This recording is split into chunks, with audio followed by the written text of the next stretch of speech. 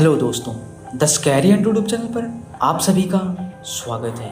और आज मैं आप सबके लिए लेकर आया हूँ वैम्पायर की एक सच्ची और डरावनी स्टोरी। तो चलिए इस स्टोरी को स्टार्ट करते हैं। ये कुछ 4 से 5 महीने पहले की बात है। मैं ट्रांसल्वेनिया में रहता हूँ और आज मैं आप लोगों को मेरे साथ घटी एक वैम्पायर की सच्ची घटना के बारे में बताने जा रहा हूँ। तो घटना कुछ इस तरह है कि मेरे पड़ोस में एक लड़की रहने के लिए आई थी और वो बहुत ही ज़्यादा खूबसूरत थी। जब मैं उस लड़की को पहली बार देखा तो मुझे उस लड़की से प्यार हो गया। मैं उस लड़की से बात करने की बहुत कोशिश करता, लेकिन कभी बात नहीं कर पाता और वो अक्सर शाम को ही अपने घर से बाहर निकलती थी। फिर एक दिन मैंने बहुत हिम्मत करके उससे बात की। मैंने उससे पूछा कि आप यहाँ कहाँ से यहाँ रहने के लिए आई हो, लेकिन उसने कुछ जवाब नहीं दिया। फिर मैंने उससे बोला कि मैं आपके पड़ोस में ही रहता हूँ, कुछ ज़रूरत हो तो मुझे बताना। उसने बोला कि कोई बात नहीं। फिर 2-3 दिन तक मैंने उससे बातें की। फिर एक दिन मैं अपनी खिड़की से रात के करीब 8 बजे उसके घर की ओर देख रहा था कि कहीं वो मुझे दिख जाए। फिर 20 मिनट बाद उसके घर एक लड़का आया और उसने उसके घर की डोरबेल बजाई। तब वो बाहर आई और वो लड़का उसके साथ घर के अंदर चला गया। मैं ये सब देखकर निराश हो गया।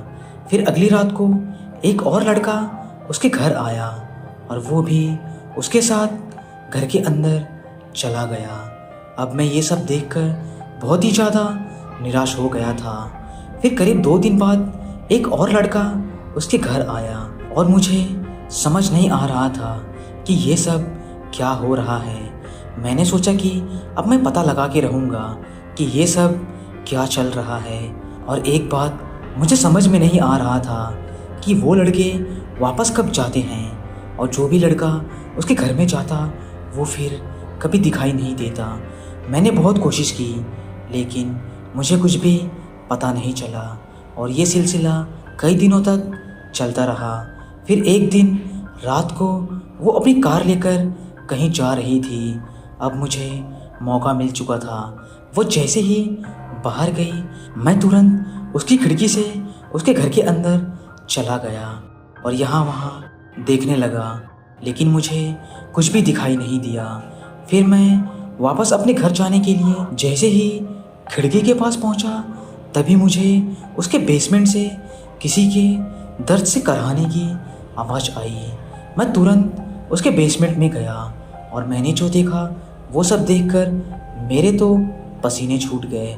वहाँ 6 लड़के थे और उन सभी लड़कों के चेहरे एकदम सफ़ेद पड़े हुए थे, मानो उनका सारा खून पी लिया गया हो। और उन सभी के गर्दन पर 2 नुकीले दांतों के निशान थे। तभी उनमें से एक लड़का बोला कि वो वैम्पायर है और वो खून की प्यासी है, तुम यहाँ से चले जाओ, नहीं तो तुम भी उसका शिकार बन जाओगे। उसके बाद वो लड़का बेहोश हो गया। अब मैं बहुत ही ज़्यादा डर चुका था।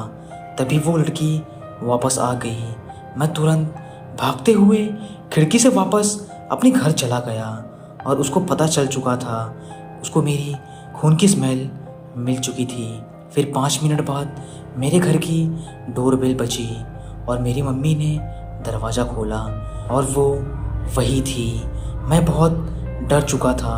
फिर उसने मेरी मम्मी से बोला कि आप अपने बेटे को मेरे साथ भेजो, मुझे थोड़ा काम है, मैं यहाँ नई हूँ। अब मैं क्या बोलता।